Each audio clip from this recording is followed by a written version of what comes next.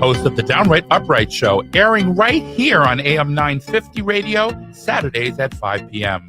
Join me as I dive into captivating conversations with people from all walks of life.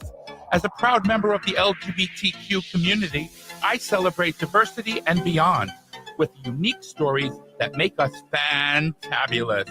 Please join me every Saturday at 5 p.m. or wherever you listen to podcasts. Support for Native Roots Radio comes from the Walker Arts Center. Visit during free Thursday nights. Every week from 5 to 9 p.m., there's something new to explore. Enjoy date-friendly events like artist talks, performances, and exhibition openings, or explore art making, open library hours, and exhibition tours. Settle into your weekend among community. Free every Thursday night and free every day for members and citizens of tribal nations. Learn more at walkerart.org. Again, that's walkerart.org. Hi, I'm Peter Solak. And I'm Adam Ostrowski. We are here at Woodland Stoves and Fireplaces to talk about the joy of live fire cooking. Cooking over a live fire is the oldest and most basic form of cooking. What's new is in the way fire is handled and its heat is managed. It's easier to experience and enjoy the smell and taste of food cooked over a live fire. Woodland Stoves and Fireplaces sells and installs live fire grills, fire pits, and ovens. Let us help you experience the smell, the taste, the fun of cooking with fire. Pizza was first made and is still best made in an open fire oven. The radiant and conductive heat of a live fire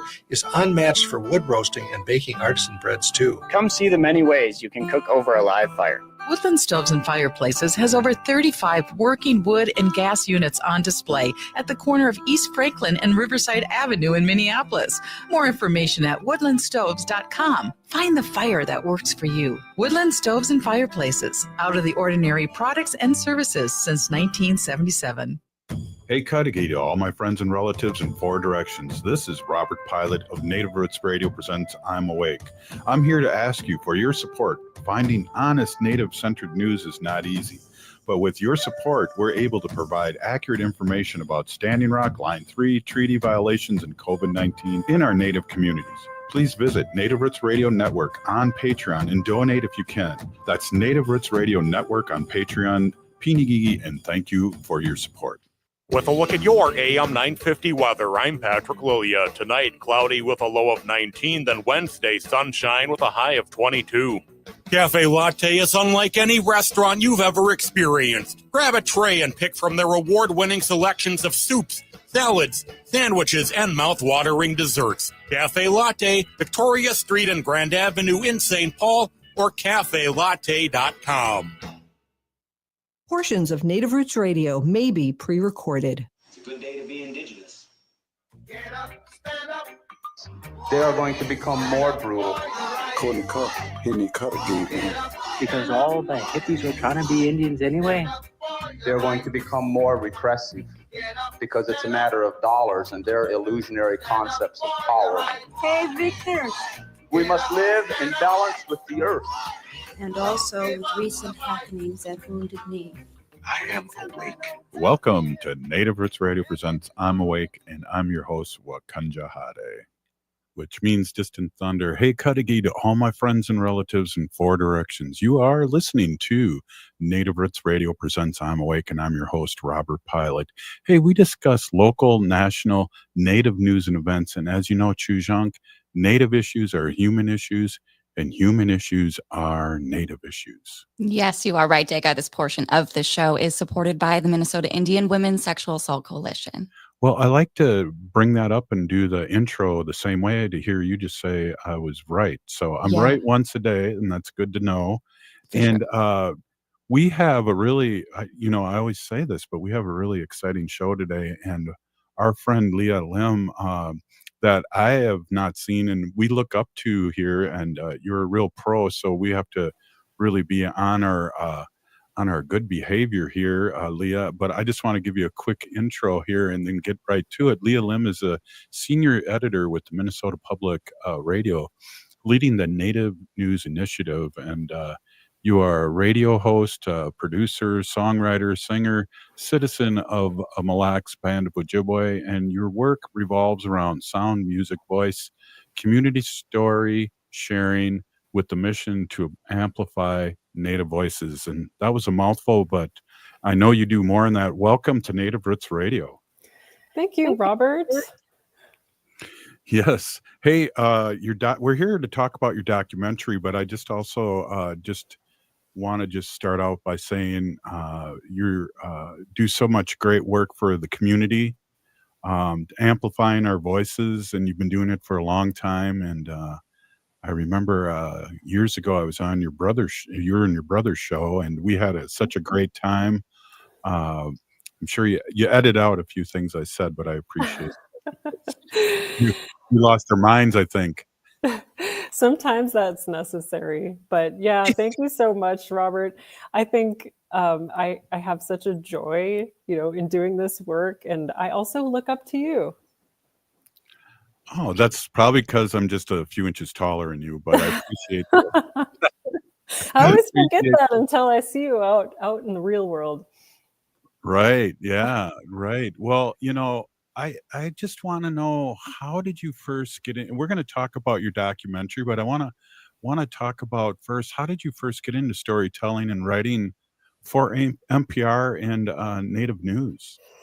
Well, this is my favorite long and winding story because nothing is ever a straight line, right? I grew up always loving music, not liking public speaking, however, but mostly music, singing, playing instruments. I played the violin, I played the piano, and I started making songs, as a young kid and writing little poems. So kind of over the course of college and things like that, I really explored more when it came to songwriting, singing, and recording of those things. So I became enamored with recording voice, whether that was through singing or speaking, so more of the oral tradition direction. And so I actually am a Boomerang employee at MPR APM. And I was first there for several years doing work behind the scenes in broadcast operations. And so I was doing the technical side of things, which is so fun, and spent a lot of time listening, right? So a lot of this work, as much as we love talking, and I can go on here, but as much as I love talking, most of the work is listening. And so I spent a lot of time listening to the airwaves, whether it was NPR, whether it was other, news outlets around the world, Canada. And I noticed kind of a lack of Native voices. And so it kind of spurred something in me to try to remedy that at least a little bit. And so I kind of set out on my own and did a bunch of freelance work, studied more about creative writing, did my MFA, and just really dived into Native storytelling, journalism, oral tradition, and just conversation, really, with that hope to amplify Native voices and just to be able to hear our voices on the airwaves more and more. Well, and I agree. I love radio too because it's the theater of the mind, and that was an old quote from the old radio I listened to years and years ago on WCCO at night when they would do the plays.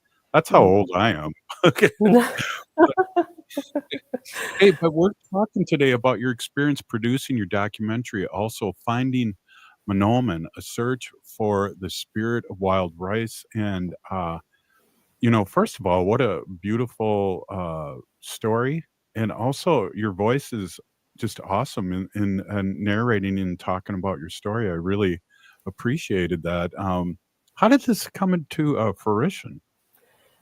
Yeah, it's kind of fun. So this kind of is the part of the story where I become that Boomerang employee back to NPR News. Is I was having conversations with folks at NPR about exploring water, like the significance of water and how to get into the conversation about water. And what came to mind was wild rice and my own for lack of a better word, I guess, failure in knowing a lot about it. I knew I liked to eat wild rice. I knew I liked to cook. And yeah, that was about it. That's the end of the list right there. But I knew there was so much history and so much meaning and things like that behind Manoomin, our Manoomin relative. And so I thought, what a nice way to explore the ideas of how we are, as Ojibwe people and a lot of times Native people, interacting with our environment and having a different form of relationship with, what we consider relatives, as far as plants and animals and water. And so I started working on this project through MPR News. I started on it before I was hired back. It was only a few weeks there in between, and then transitioned full-time into my role as senior editor with Native News at MPR News. And so this was another project I got to work on in parallel with my work as an editor. And so really, it started out, like I said, as this exploration of what is Manoomin? What does it mean to my community, with the Mille Lacs Band of Ojibwe? And kind of discovered more opportunity for exploration, I guess, in that, because what I thought was going to be a simple, like, hey, let's look at migration. Let's look at, what does Manoomin mean with the Goodberry? Where do we go? What's the process of, the sticks and the poles and the canoes? It led me to a conversation with my own family, like talking with my dad, Bill Primo, about our own history with interacting and being a part of cultural traditions like ricing, which we weren't growing up. And so we had that conversation in the documentary as well. Well, you also, it's a family affair too. I was going to bring that up, and your son's involved too. And I can't wait to grill you more here in the next segment here. I look forward to it. Right on. Hey, we're here with Leah Lemm, and we're talking about finding Manoomin, a search for the spirit of wild rice. And what a great title. And I'm excited to get on that next, right after this commercial break. I know NPR doesn't have commercials per se, but we have to pay the bills here. We'll be right back. This is Native Roots Radio. Unwanted sexting or photos, inappropriate jokes, even tickling or wrestling can feel like a violation. Catcalling, cornering, or groping, getting them drunk or high for sex, recording sexual acts without permission, hurting someone because of their sexual orientation, raping a family member, a child, a date, a friend, a stranger, purchasing a human being for sex. You make the choice every single time. Sexual violence is many things. Make a choice. Do not do it.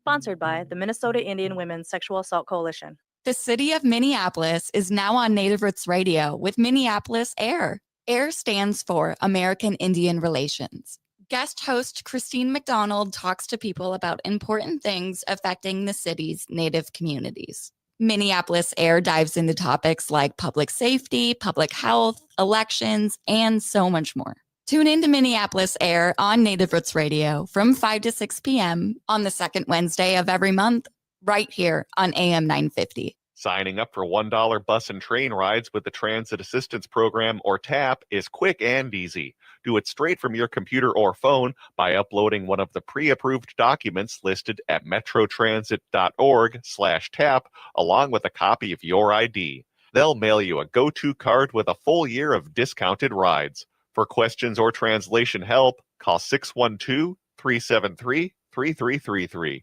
That's 612-373-3333. Minnesota has the only original wolf population in the continental United States. And 80% of Minnesotans believe the wolf should be protected. Howling for Wolves is asking Minnesotans to respect our true wildlife manager, the wolf. Their survival is critical to our ecosystems, our communities, and even our economy. As highly intelligent animals with strong social bonds, Minnesota wolves deserve to be protected and admired. Learn more at howlingforwolves.org. Let's live and let howl. Howl!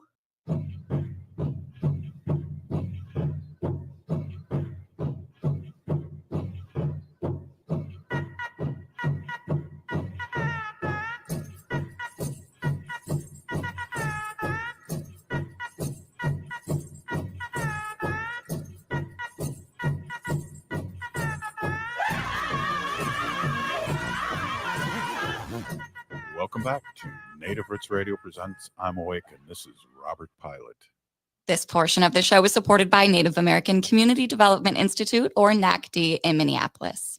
Hey, we are here with Leah Lemm, and we are talking about her documentary, Finding Manoomin, A Search for the Spirit of Wild Rice. And before we get too far into this, let our listening audience know where we can find this.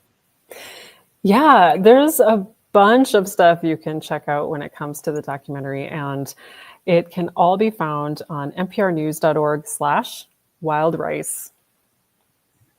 I like how you did the visual. It's a personal reminder to myself, whoop, there's a slash there. And what's fun also on the website, besides the full documentary, which is about almost a half an hour long, is a letter to the audience. And I also spent, in the documentary, you'll see me cooking, you'll see me interacting with my kid, things like that. I've included a quick and easy recipe for Ojibwe fried rice, which involves thick cut bacon. So obviously it's delicious.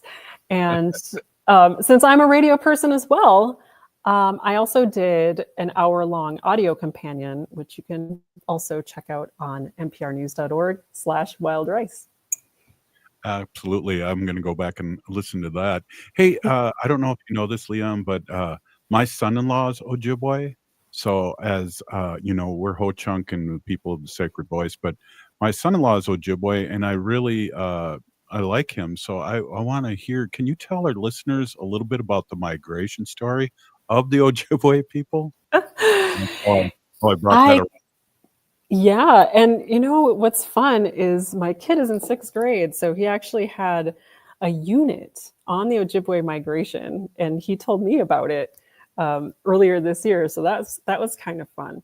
But we originate kind of in more of the Northeast Canada area, and there was a prophecy or a dream that says, you need to start moving west, and at some point you will come across food that grows on water, and this will be your indication that this is where you should live. And so there are several different spots along the way, I think 6 or 7 different locations where Ojibwe folks settled according to that prophecy. And so one of them, and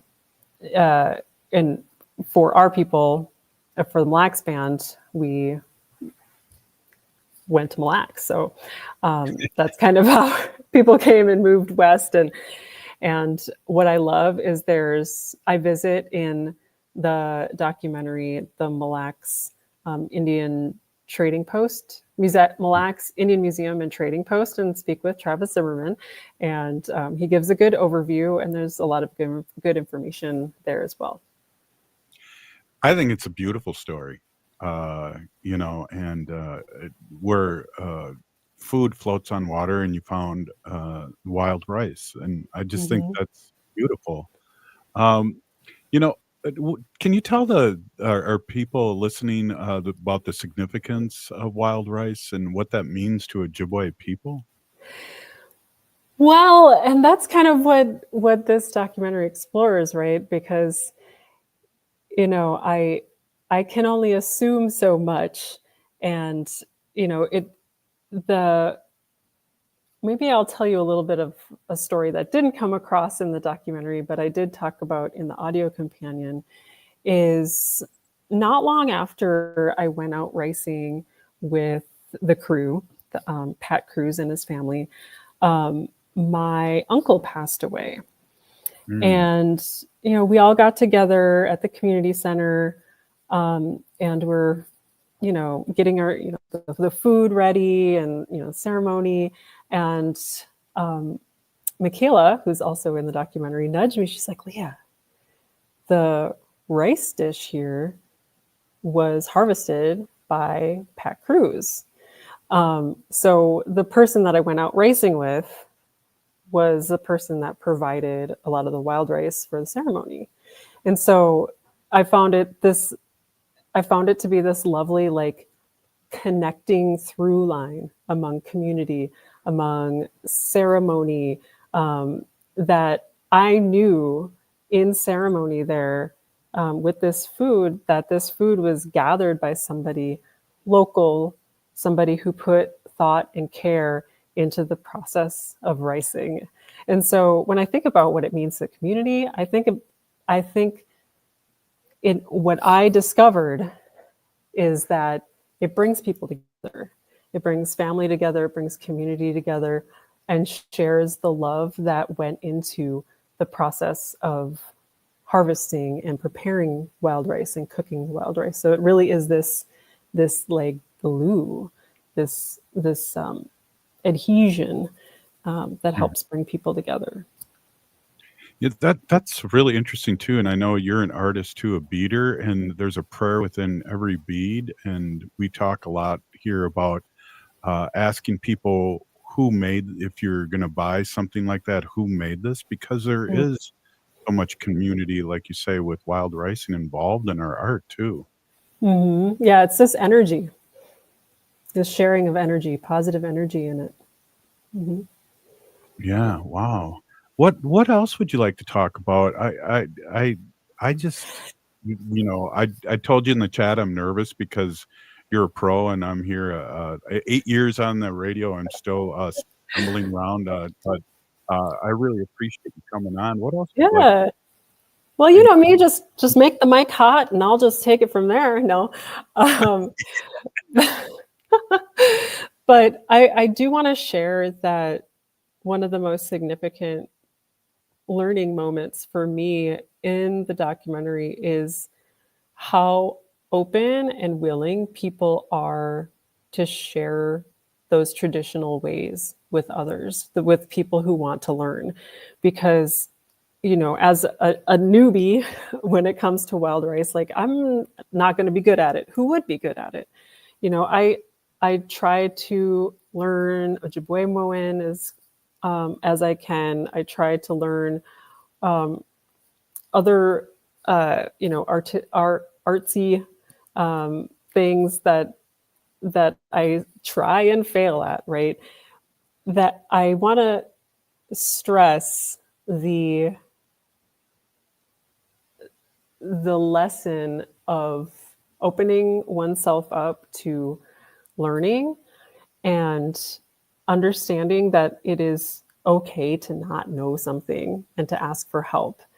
And so in that process, I realized how willing community members were to help you learn. And so not to be ashamed, of not knowing something, when the goal is to keep these cultural practices alive. So if that's the goal, we don't need to be ashamed of it, of not knowing something. Because, if we work together, we can, keep it alive. And, I'm 40 something years old and never went ricing before. And, in my age, I got out there and wasn't too bad at it. So I can always get out there again. Well, and that's something you learned on your trip through this, because you said do you have a right to do this as a 30-something-year-old person in the documentary? 40 something, yes. Thanks.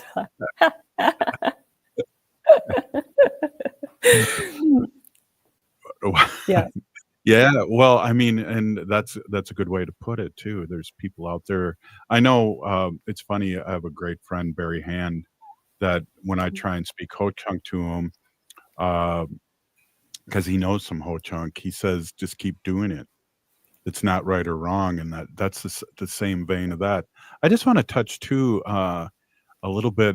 You played some music into this documentary? I did.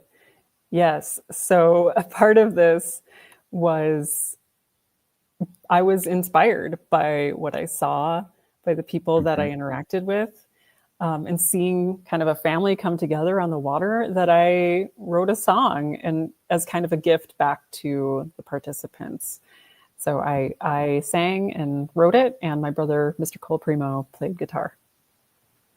Right on. Wow. I just we have to do this again, and we have to have a whole show with you, because this is time's flying by really fast. I'm with Leah Lemm, and she's a radio host, songwriter, citizen of Malak's Band of Ojibwe, and we're talking about her documentary. If we can, my producer here, who's this show would not happen without my Chujunk. We have 1 minute left, as you see. That's where can we find this great documentary, Haley? That's a great question. You can go to nprnews.org/wildrice, and you can find the 30-minute documentary, as well as Leah's song and the 60-minute audio documentary that goes along with it. I just want to say, Leah, we got to get you on again. I really, really appreciate what you do for the community, and knowledge is power. And thank you so much for coming on. Hey, Chimigwech, thanks for having me. We'll talk to you real soon. Hey, this is Native Roots Radio. Up next, we have, who do we have? Representative. We're going to have Minnesota State Rep Jessica Hanson is going to be back joining us. Exactly. You passed the test. Hey, we'll be right back. This is Native Roots Radio. Programming on Native Roots Radio is supported in part by MNsure. Looking for health insurance, but not sure where to start? MNsure has you covered. You can find discounts, compare private health plans, and see if you qualify for free or low-cost insurance. Plus, get help from an expert so you save on the coverage you need. Enroll online by December 18th for coverage starting January 1st. Get started today at mnsure.org. That's mnsure.org. J&S Bean Factory is a native-owned, community-supported, cozy, artsy coffee shop which offers roasted on-site beans, live music, and baked goods. Relax in the beautiful outside patio. City Pages writes, voted top 10 coffee shops. Tucked into a quiet corner of St. Paul's Highland Park neighborhood, this coffee shop roasts beans on-site from the best coffee-growing countries in the world. Located at 1518 Randolph Avenue, St. Paul. The good stuff. Step into the world of movement and native culture at Nimiwin, now showing at All My Relations Arts. Nimiwin is translated as Everyone Dance. This moving multimedia exhibition, curated by Josie Hoffman, delves into the connection between movement and identity, drawing inspiration from dance and powwow traditions. It showcases the work of Indigenous artists from Minnesota, emphasizing the fluidity of movement in our bodies, land, and community. Witness Nimiwin and its powerful expression on Indigenous art. On display now through January 18th at All My Relations Arts in Minneapolis. It's okay to talk about mental health. It's okay to struggle. And it's okay to ask for help. It's important that we support one another and work together to end the stigma so that we can start to tell a different story about mental health and well-being in our community. If you're looking for support for yourself or want to find resources for a loved one, visit makeitokay.org to get started. That's makeitokay.org. No one should have to choose between a paycheck and their health. Whether it's for a new baby, an unexpected illness, or an aging parent, Minnesotans deserve time to care for themselves and their families. That's why Minnesota Democrats are fighting for all working people to have paid family and medical leave. The time is now. Contact your legislator and tell them to pass paid family and medical leave for Minnesota. Learn more at paidleavemn.org.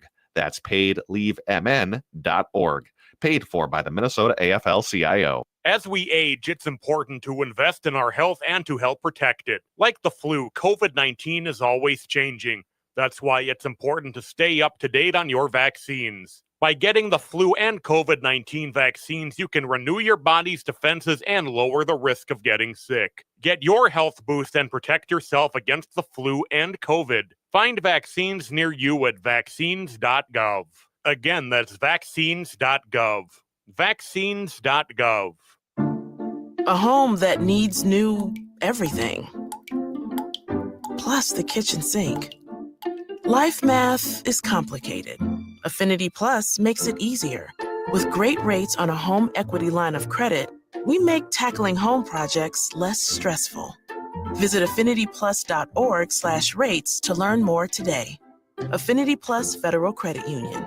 Insured by NCUA. Equal housing lender. With a look at your AM 950 weather, I'm Patrick Lilia. Tonight, cloudy with a low of 19, then Wednesday, sunshine with a high of 22. Thank you to everyone who has become a sustaining member of AM 950, and to show our appreciation, the 2025 AM 950 calendar is here. The calendar features the photography of Matt McNeil and important progressive dates. Head over to am950radio.com for more information.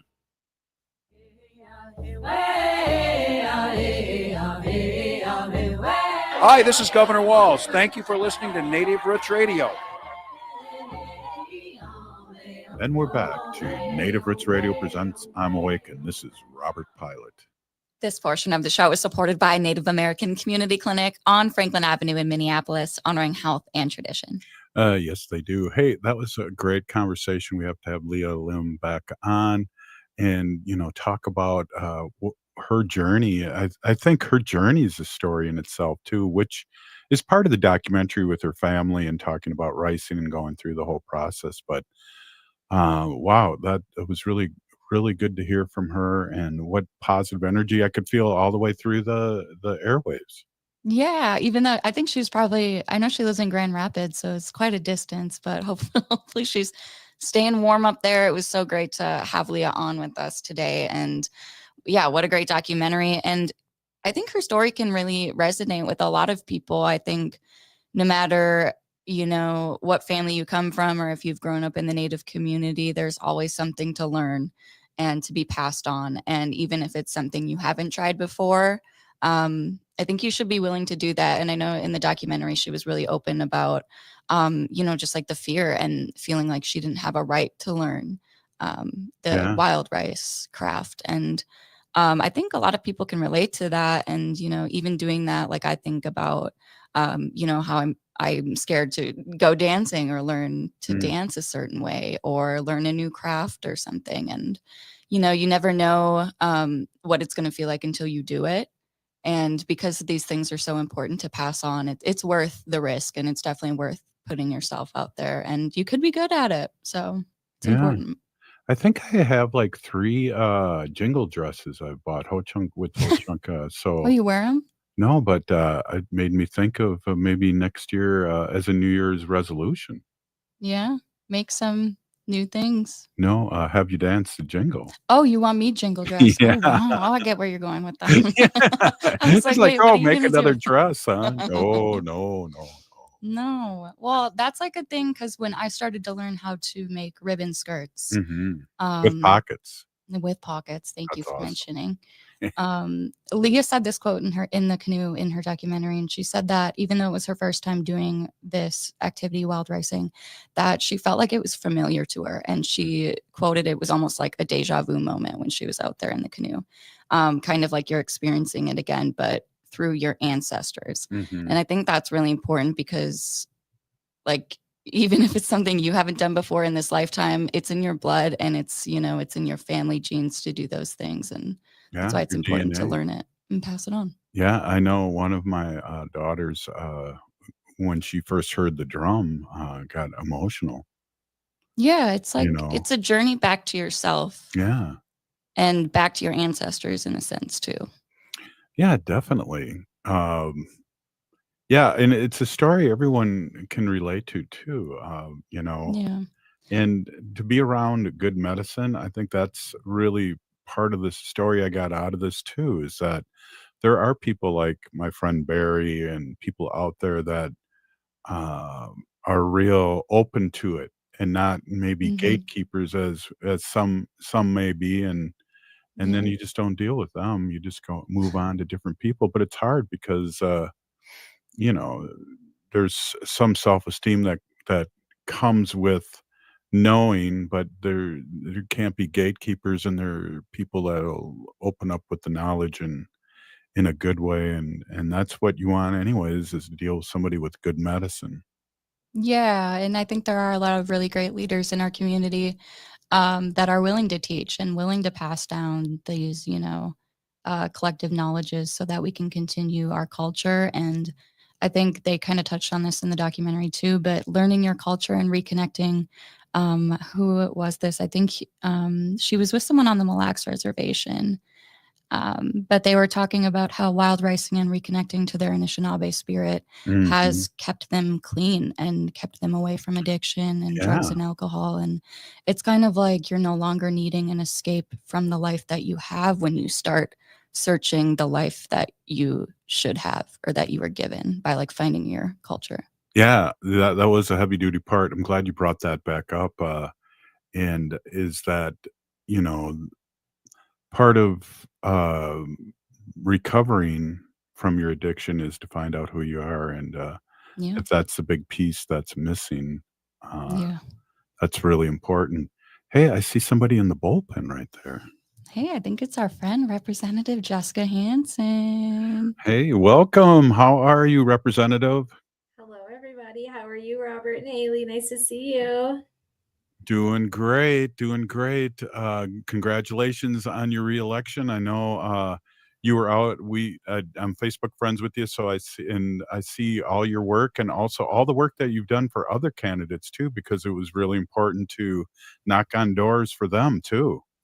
Yeah, it was a really exciting campaign trail this year. You know, we talked to tens of thousands of people around the state and really made sure that our politics was about the people and having the conversations and showing up in the spaces where we maybe haven't been able to be as much. So I was up in Bemidji helping Reed Olson, making sure that he could continue to get his name out there, make sure that people could see what a great fantastic representative he would make at some point, and we're going to keep fighting if he's in the game. But anybody who's interested in running for office, I think it's so important that we show up and support them. For those of us who have made it in, and make sure we hold the door open for folks coming behind us and all the youth around too. Yeah, absolutely. And you know, I've been doing this for like 8 years, and a lot of the stories I hear for people running for office is they don't always win the first time, and they come back and run again and have the experience, and they do end up winning again. So I appreciate you bringing that up. Yeah, there's a number of folks in the legislature right now who ran 3 or 4 times before they won, and some who, won and then lost and then came back and won again. And we see that, and that's the will of the people, and making sure that representatives are in their communities talking to people and that people know who is making decisions for them in St. Paul makes all the difference. And the people spoke, and we'll keep getting out there and keep talking to more people.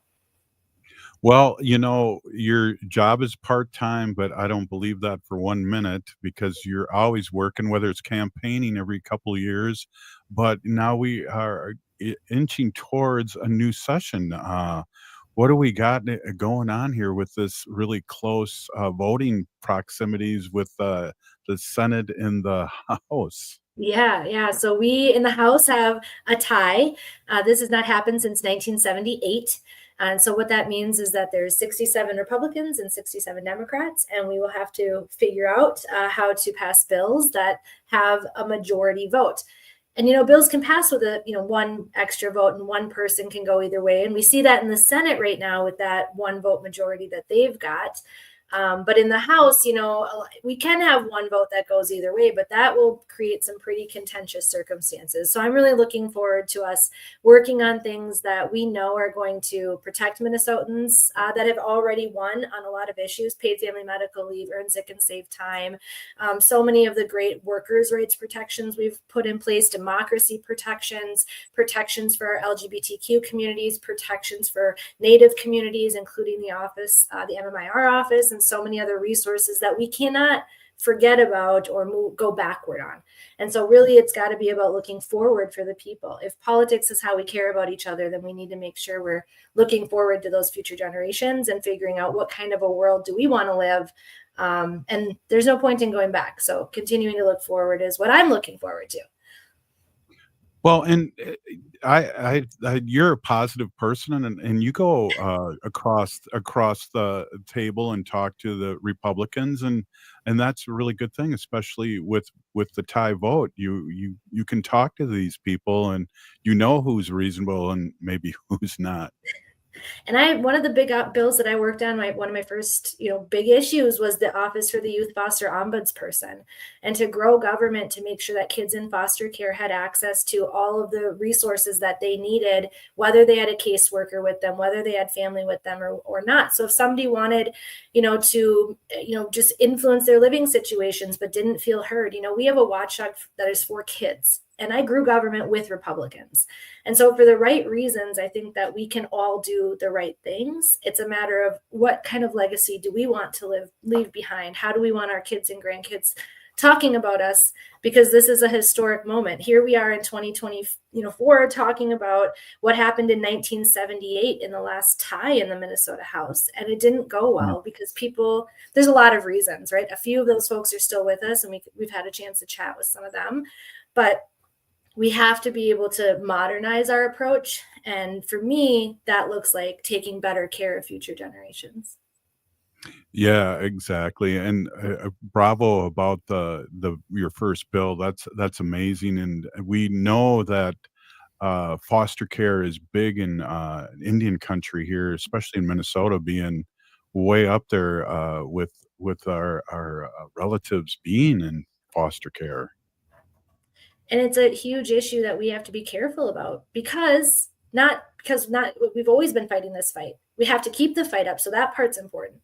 And we have to continue to do better. But also now we're up against a federal government trifecta that is going to just continue all of the policies we've seen for hundreds of years.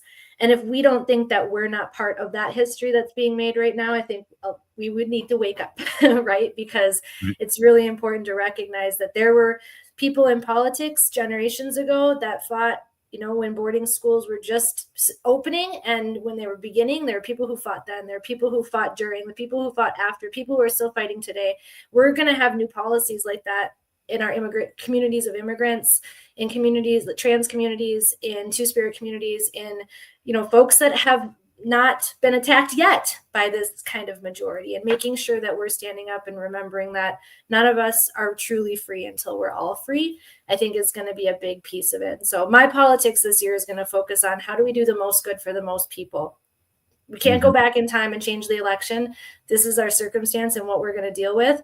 But I hope it also spurs us to think about what do we want to do next election. So I'm already planning that. I'll be working on the MVP project with the House this year, which is the Minnesota Values Project, talking to Minnesotans about what do they value and what do they want to see out of politics, and really starting to think about what is the next 50 years of our both economic and cultural growth look like. Who do we want to be in history, and how do we want to influence that? And it's largely a movement done by people under 50. We haven't been greatly involved in politics. And so finding opportunities for us to get our voices in there, give us some way to talk about solutions rather than just finding spaces to complain in will be really important.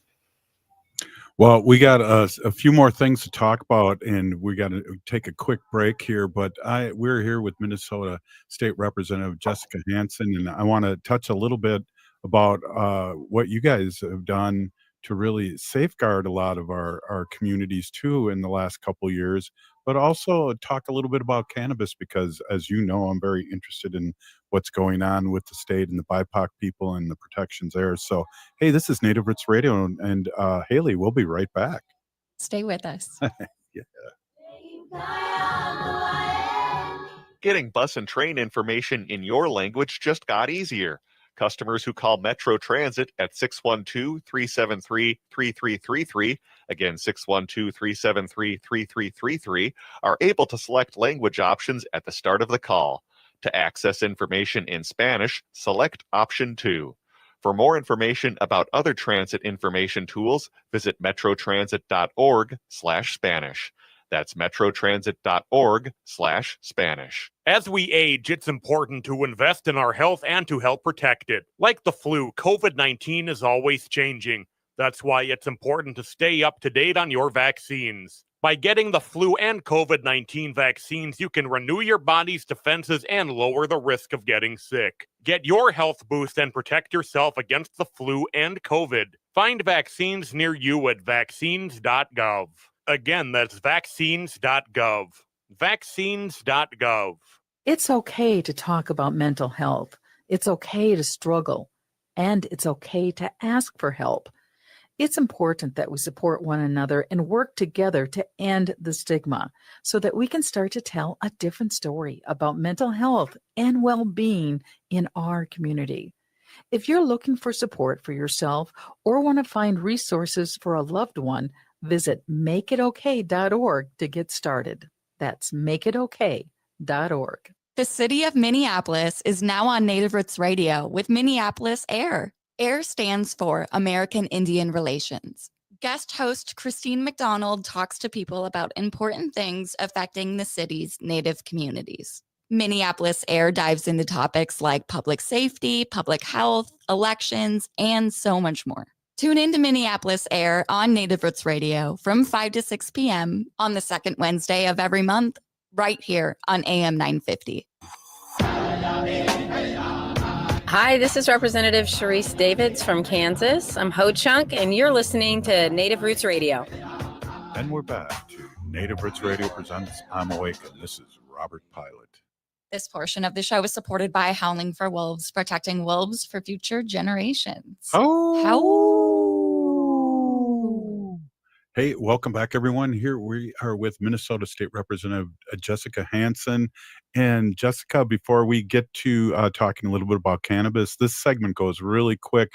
I'd like you to be able to talk about anything you want because we'll probably have a good 3 to 4 minute conversation about that. I think the biggest thing that I am talking about with folks is just the importance of being involved in politics. Like, there's so many people who are really upset right now about the outcomes of the election and feel like it doesn't represent the majority of our country. And that might be true, but our elections say otherwise. And we have to stand in that light and accept that for what it is, and then kind of live in the world as it is while we create the world that we want.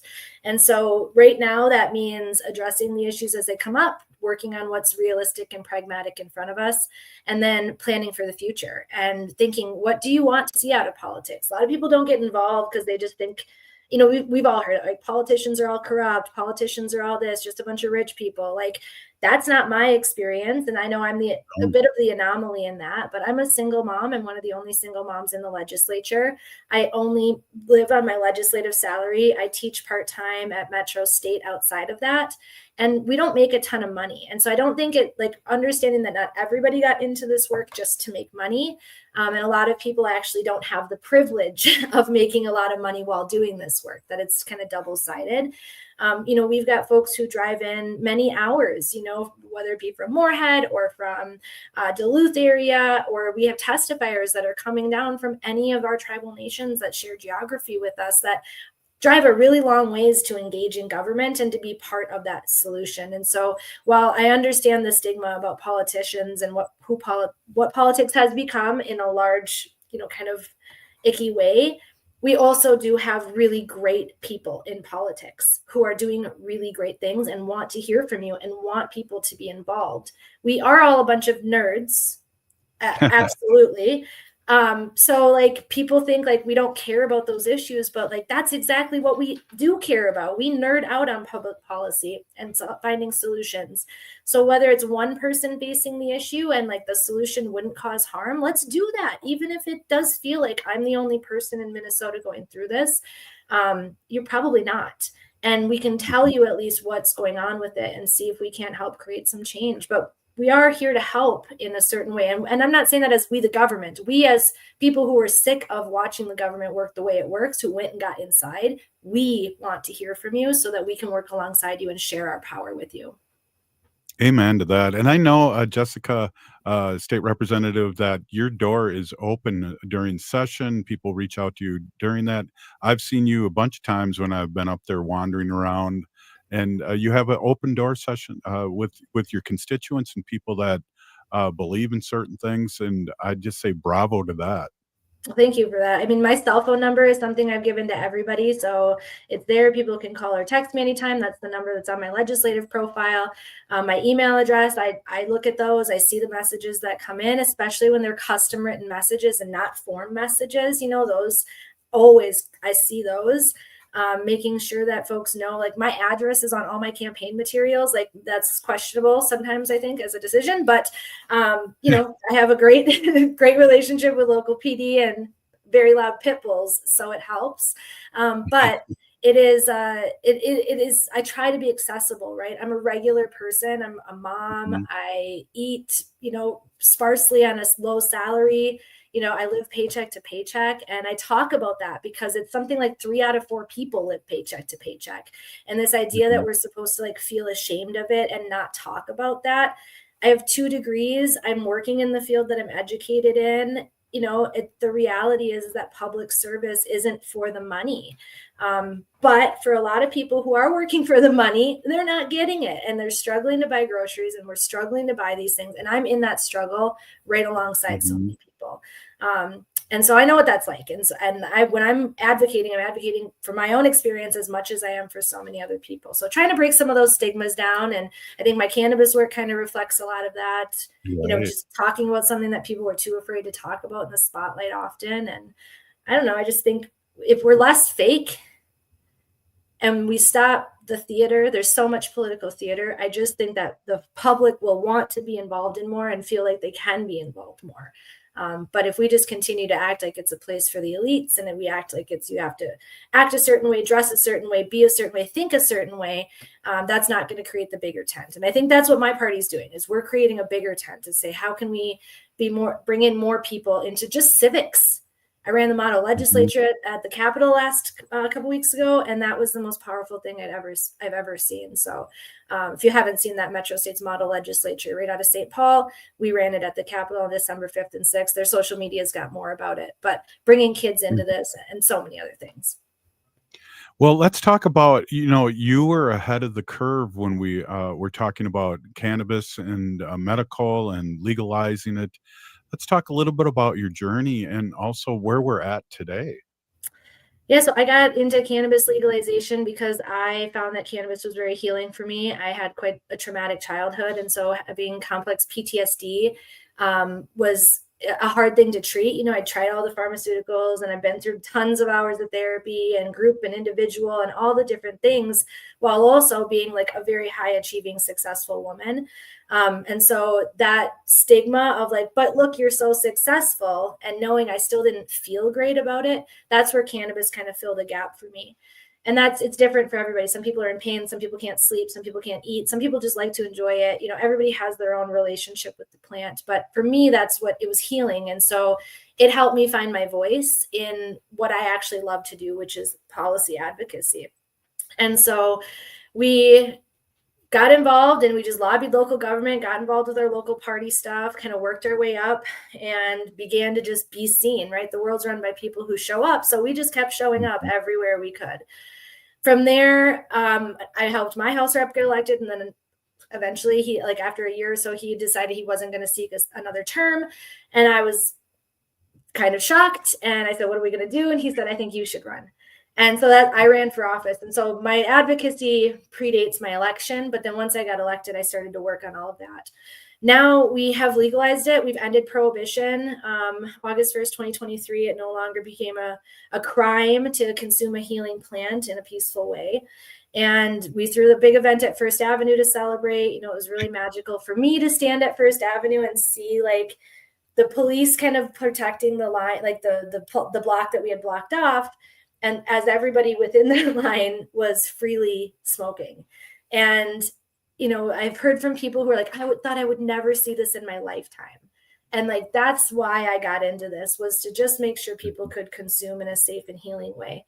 That's really today where we're at. It's really kind of transformed. I think like we have short memories, so we sometimes forget some of the things that happened in the past, but we expunged everybody's record. We are resentencing anybody with a felony conviction.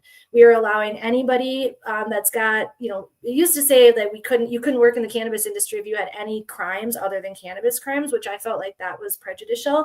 And so we amended that before we passed the bill to make sure it was more broad to more people, but did also still keep us safe from white collar crime, human and labor trafficking, and other real like kind of kingpin style crimes.